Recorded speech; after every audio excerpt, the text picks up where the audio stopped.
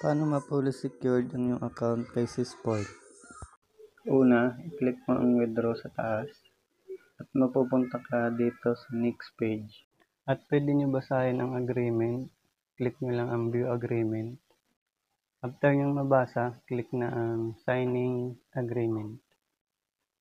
At mapupunta na kayo sa next page. Dito ay magsasign na kayo ng agreement. Kapag sign dito, gamit ang iyong daliri, sulat mo na lang ang iyong buong pangalan para mas maganda na rin at hindi magamit ng iba yung signature niyo. After mo makapag-sign, click mo lang yung confirm and submit. At mapupunta ka na dito sa last page.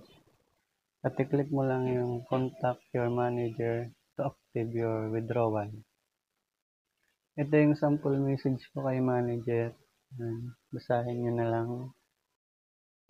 At yun lang, ganito na lang guys. Salamat!